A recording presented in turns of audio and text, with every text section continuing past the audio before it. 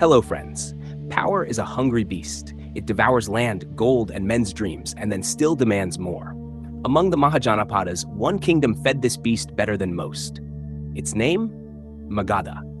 A land of fertile soil, iron-rich hills, and ambitions sharper than the blades forged within them. The Ganga's waters carried wealth and grain, its banks lined with bustling villages. The forests surrounding Magadha offered timber, elephants, and hidden ores. Few kingdoms were so well endowed. But resources alone do not create destiny. Rulers do. And Magadha had rulers who did not simply wish to rule, they wished to dominate. Let's start with Bimbisara, the king who turned strategy into an art. Unlike many rulers who fought battle after battle, Bimbisara often fought with gifts, alliances, and clever marriages.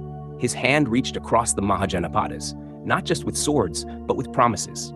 He married into Kosala, gaining a slice of contested territory. He forged ties with Madra in the northwest. With diplomacy, he spread Magadha's shadow further than a battlefield could reach. Yet make no mistake, his armies stood ready, iron weapons gleaming, war elephants stamping the ground like thunderclouds waiting to burst. But power, once tasted, rarely rests quietly.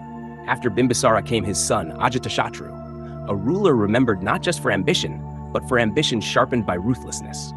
Legends whisper that he seized the throne by imprisoning his father. Whether myth or truth, the image stuck, a son so hungry for power that even blood ties could not slow him.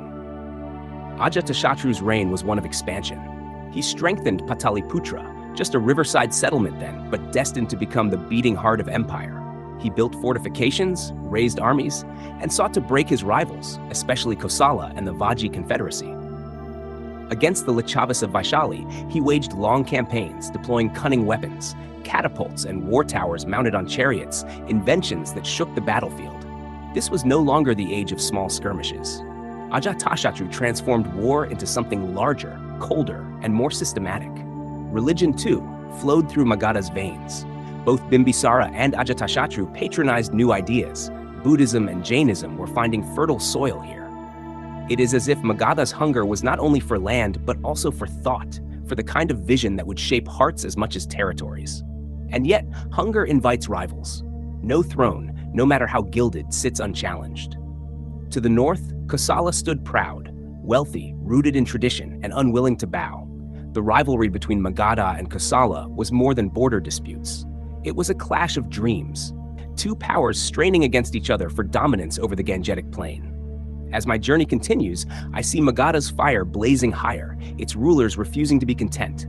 But I also feel another presence, Kosala, watching, waiting, ready to strike back. For where one throne grows strong, another refuses to fall silent. And so next time we drift toward that rival throne, toward Kosala, proud, stubborn, and determined not to be overshadowed. The story of Magadha is only half the struggle. The other half? That lies with Kosala.